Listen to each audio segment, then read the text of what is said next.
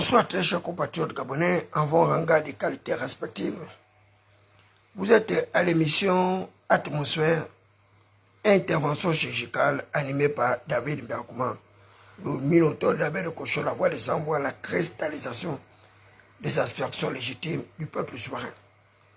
Je sors du Mentagramme chez mon père, le révérend grand maître, Melchisedek Ndolondaki.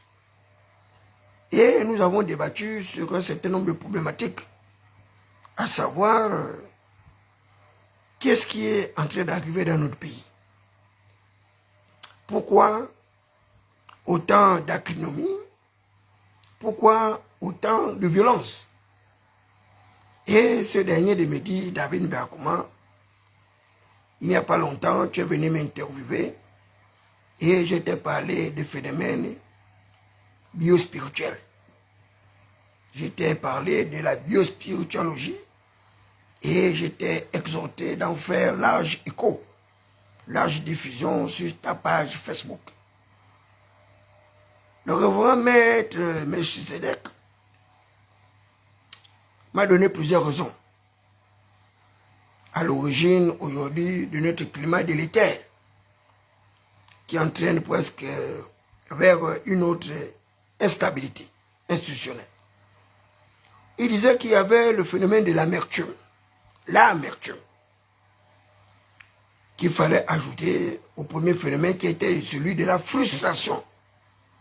La frustration, l'amertume, la rancune ou la rancœur et l'animosité. L'amertume, la frustration, la rancœur, l'animosité et la rancune. Et il me disait, tous ces mots sont consécutifs à l'état d'esprit d'une personne, la qualité de son âme, son incapacité de pouvoir aimer lui-même et d'aimer les autres. Et le grand maître Melchisedek m'a chargé de vous dire que les bassins versants sont de portes ouvertes à des mondes extérieurs. Donc la problématique des bassins versants ne peut pas être traitée avec une certaine légèreté parce que les bassins versants vous amènent vers l'ouverture des mondes parapsychologiques. À travers un bassin versant, la porte d'un bassin versant, tel que la baie de Cochon, vous êtes capable de vous retrouver dans un monde extra-chronos. Donc, vous pouvez se quitter de la baie de Cochon, vous retrouvez un beau matin en Angleterre, en Australie, en Suisse, à Cambridge, à Oxford, à partir d'une porte ouverte d'un bassin versant. Une porte ouverte d'un bassin versant peut vous amener à ruiner votre propre vie. Parce que dans ces bassins versants, il y a des phénomènes parapsychologiques, des phénomènes qui dépassent l'entendement humain. Dans ces bassins versants, vous avez les léviathans. Les léviathans. Dans ces bassins versants, vous avez les sirois.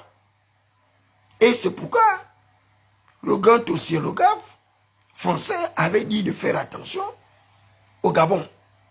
Parce que le Gabon est une terre mystérieuse. Comment est-ce que vous pouvez comprendre qu'un petit pays, d'à peine une population qui ne grandit jamais, avec autant de recherches, autant d'opportunités, mais dont les populations vivent dans l'extrême précarité, l'extrême indigence, l'extrême paupérisation. C'est inconcevable.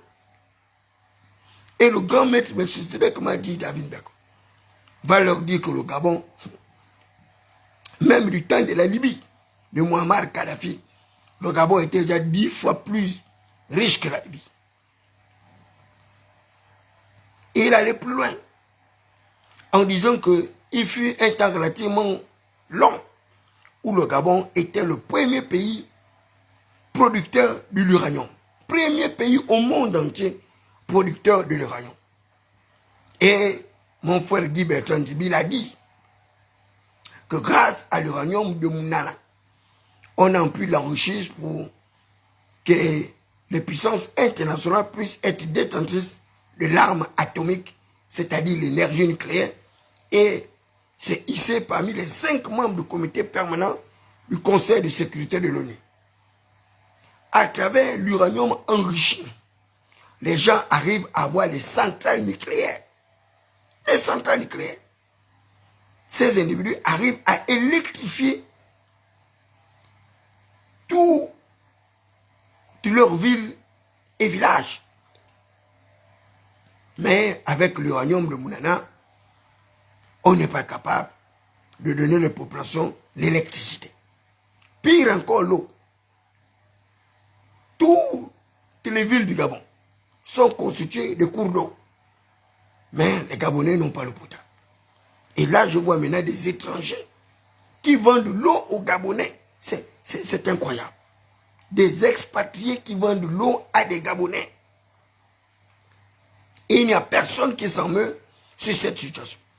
Donc, des étrangers vendent l'eau à des Gabonais. Et ils s'enrichissent, ils s'en vont s'enrichissant. Et ils arrivent à développer leur pays à partir justement de la paresse, l'ignorance maladive du peuple gabonais. Et il arrivait à ce que disait un proverbe vrai dans la Bible, que l'étranger qui est chez toi s'élèvera à tes dépens de plus en plus haut, et toi tu deviendras de plus en plus bas, et sa majesté sera réduite à la captivité. Mais la conséquence, c'est que l'Éternel frappera le cœur des ennemis du roi. Et c'est la fin qui va être triste. C'est la fin qui va être triste. Parce que lorsque vous voyez les gens là, certains sont allés en prison pour les actes dont on leur a récusé. Ils sont sortis de prison après 2 ans, 3 ans, certains 4 ans, d'autres même 6 ans. Mais ils sont sortis sans aucun changement. Ils ont gardé leur cœur de pierre, ils ont gardé leur acrinomie, leur rancœur, leur frustration, leur animosité. Et ces gens-là sont prêts à tout mettre à sac et à feu. Parce qu'on ne peut pas comprendre que la prison n'ait pas changé ces gens. Ils sont à l'Assemblée avec les mêmes réminiscences d'un passé monolithique. Ils sont au gouvernement avec les mêmes rancœurs, avec un même esprit de revanchardiisme, avec un même esprit de vindicativisme. Mais où va le Gabon, les amis? Où va le Gabon? C'est la première année de gouvernance de Blaise Compaoré Guégué. Elle ressemble à la fin de la gouvernance d'Ali Bongo. Les kounabélistes sont devenus de plus en plus nombreux, avec un cynisme de plus imparable. C'est incroyable. Vous ouvrez les réseaux sociaux, comme le disait mon père, vous avez mal à la tête. On insulte tout le monde, on insulte le père, on insulte la mère, on s'insulte soi-même, sa mère et son propre père, et tout cela en toute impunité. Mais on va vous jeter en prison pour une dénonciation calomnieuse soit dit. Parce que vous avez dénoncé une gestion scabreuse d'un acteur politique étatique, d'un acteur gouvernemental, vous êtes mal barré. Vous vous retrouvez en prison. Et vous vous trouvez là avec un procureur de la République qui représente l'État, donc l'avocat de l'État, qui vous jette en prison sans avoir respecté même votre entendu ou sous-entendu. Non. Une simple plainte, ou quelqu'un porte plainte, on vous jette en prison. Mais qui vous a dit que la personne qui porte plainte là a raison? Alors que ces gens-là connaissent bien le principe de droit. Le principe de la présomption d'innocence. Le principe de la garantie de représentation. Jusqu'à ce qu'on ait prouvé la culpabilité d'un individu au cours d'un procès contradictoire public, ce dernier est présumé être innocent. Mais ce n'est pas le problème du procureur. Vous vous retrouvez devant lui, il prend un mandat de dépôt, il vous jette en prison. Et les juges qui sont chargés de vous juger ne vous jugent pas. Certains juges arrivent même à commettre le déni de justice. C'est qu'ils ne vous jugent pas. Et un juge qui refuse de vous juger, il commet un déni de justice. Et ce juge-là n'est pas inquiété. Il n'est pas poursuivi. C'est tellement il a l'humilité comme les parlementaires. Donc, il s'en fout. Et vous pouvez arrêter comme ça en plus. Si vous avez la malchance d'être un adepte d'une révolution changementaire ou du changementisme, mais vous vous retrouvez comme ça, votre propre dossier disparaît entre les mains des auxiliaires de justice. On dit seulement non, le dossier a disparu. Et on ne justifie pas qui a fait disparaître le dossier. Comment est-ce qu'un dossier qui était au milieu des scellés peut disparaître avec les preuves tangibles de votre présumée pseudo-culpabilité ou pas? C'est incroyable. C'est incroyable. Vous savez, j'ai vu une vidéo qui m'a fait mal. Voir le maire Dani Koulou. Dani Koulou était député. Il a battu tous les candidats. Il a gagné des élections. Il a battu tous les candidats au local, Dani Koulou. On a annulé ces résultats des locales. Ils ont pris ses conseillers, ils se sont partagés. Dani Koulou est allé à l'Assemblée. Dani Koulou, il est revenu encore à l'Assemblée. Non pas à l'Assemblée. Il a été candidat au corps de l'Union démocratique des bâtisseurs. Il a les meilleurs résultats électoraux sur l'ensemble du territoire national. Je dis bien sur l'ensemble du territoire national. Dani Koulou a les meilleurs résultats électoraux. 100%. Conseil municipal, 100%. Dans le 6e arrondissement. Et Dani Koulou aujourd'hui est humilié, ridiculisé, raillé, caricaturé par des individus malveillants qui interprètent mal ce que le chef de l'État dit. Le chef de l'État a posé le problème de la responsabilité des personnes, donc la responsabilité des maires, la responsabilité de toute autre personne dans l'exercice de leurs fonctions. Il s'agit de cela. La question, la problématique justement des garages anarchiques. Et le chef de l'État avait tout à fait raison parce que les garages anarchiques sont réglementés par un arrêté municipal. Et c'est pourquoi lorsque Chambellet lui pose la question, il lui dit non, non, non, non, non, je ne suis pas le parfait interlocuteur. Il a posé la question au maire Dani Koulou. Et le chef de l'État a eu raison de le dire.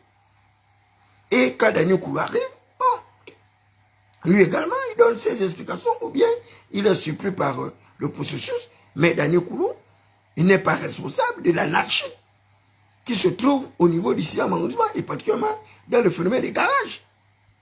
Il n'y a aucune décentralisation.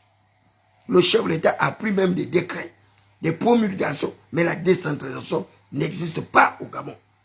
Ce transfert de compétences du pouvoir central aux collectivités locales n'existe pas.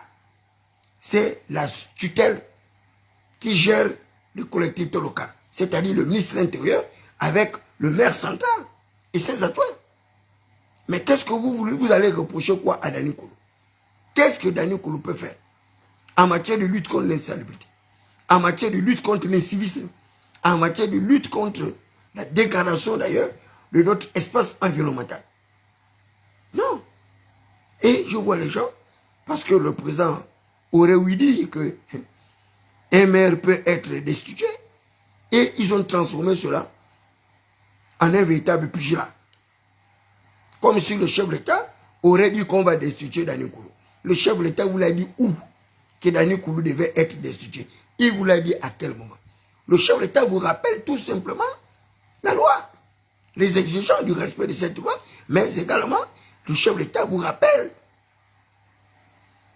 la notion d'efficacité, de responsabilité et de rentabilité. Ils sont nombreux des maires qui ne foutent rien depuis qu'ils sont là. Mais ce n'est pas le cas de Dani Koulou. Dani Koulou, dans le 6e arrondissement de la commune de Libreville, on voit bien les efforts qui sont constatés par son compatriote. Et d'ailleurs, c'est son propre argent qui finance un certain nombre de projets. Tout le monde le sait. Que les budgets dont on nous a vantés, dont on a voté à la mairie, ce sont des budgets super chics, fantasmagoriques. C'est vous qui faites croire aux gens que ces budgets existent. Je vous ai dit que ces budgets n'existent pas. C'est du mensonge. C'est du mensonge. On est à quelle loi? la loi des finances rectificative. Les budgets sont où? Nous sommes à la fin de l'exercice budgétaire, dans quelques mois. Donc, on va reprocher quoi à ces maires d'arrondissement qui n'ont pas pu percevoir leurs 250 millions qu'on leur a promis pour le fonctionnement. Je mets au défi un maire d'arrondissement, premier, deuxième, troisième, quatrième, cinquième, sixième arrondissement, de m'apporter la preuve que le maire central leur a donné, leur a mis à disposition les 250 millions de la subvention, qui a permis qu'on puisse chasser le pauvre jeune maire qui a engagé des réformes budgétaires, des réformes fiscales, des réformes financières, qui est parvenu à accroître les capacités financières de la mairie de la commune de Libreville. Où en sommes-nous aujourd'hui? Mais c'était un simple imbroglio. Les gens ont trompé le chef de l'État pour déstabiliser le pauvre Mathieu Nguema, qui voulait apporter une aide réfléchie au chef de l'État. Et là, ce sont les mêmes. Ils réfléchissent maintenant comment débarquer dans les Koulou, du 6e arrondissement, parce qu'ils veulent mettre leurs copains, fantassins, marquinerie, des gens inaptes, des incapables, qui ne comprennent rien des enjeux de développement. Ils ne comprennent rien des enjeux de la décentralisation, la déconcentration, la décongestion, mais qui, inabiochi, ce sont des mots qui leur sont totalement étrangers. Il n'y a pas les papiers, il n'y a pas les papiers. Il n'y a pas les papiers. Ils n'ont rien. Ils n'ont rien. Et tous les maires qui veulent faire des efforts pour améliorer significativement, qualitativement et quantitativement la vie des Gabonais, eh bien, ils sont combattus. Ils sont combattus. Regardez chez nous au 3e arrondissement. Quand vous arrivez au 3e arrondissement, vous êtes surpris par la révolution administrative et la gestion des ressources humaines qui est déployée par le jeune maire, Franck Ibouli, qui est d'ailleurs un expert dans le domaine, puisque c'est un inspecteur municipal. Il a des diplômes, il a les papiers pour cela. Et aujourd'hui, la mairie du 3e arrondissement est bien organisée, bien structurée, avec des maires qui comprennent, qui soulagent, qui accompagnent les populations. Mon frère Boris Bandon, qui accomplit un travail le plus appréciable. Mais c'est pas croyable, mon Dieu. Où va le Gabon? Où va le Gabon? Le Kounabélis est en train d'atteindre des paroxysmes les plus démentiels. Même à l'époque d'Ali, le Kounabélis n'a pas atteint tel niveau. On n'est qu'à une année d'exercice de pouvoir. Mais les Kounabélis ont déjà renversé la tendance. Ils sont déjà au sommet de sommet. Ali Manaya. Ils sont partout. Ils sont conseillers dans les directions générales. Ils sont conseillers à la présidence. Ils sont chargés de mission. Ils sont partout. Dans tous les compartiments sociaux. Mais il n'y a rien. Il n'y a pas de réflexion. C'est la violence pour la violence. On insulte la mère de Langler, mais on est les premiers à condamner le fait que Langler est déprécié, est porté à tête à la dignité de la mère du président, ainsi que son épouse. Mais finalement, vous jouez même quel rôle? Des insulteurs qui veulent s'ériger en moralisateur de la vie publique. Quelqu'un qui insulte sa propre mère dans les réseaux sociaux, il insulte sa propre mère. Il insulte les parents d'autres personnes et lui vous dit que non, il faut que Langler s'excuse, Langler a mal fait ceci, mais toi-même tu es un insulteur. Et tu n'es pas inquiet.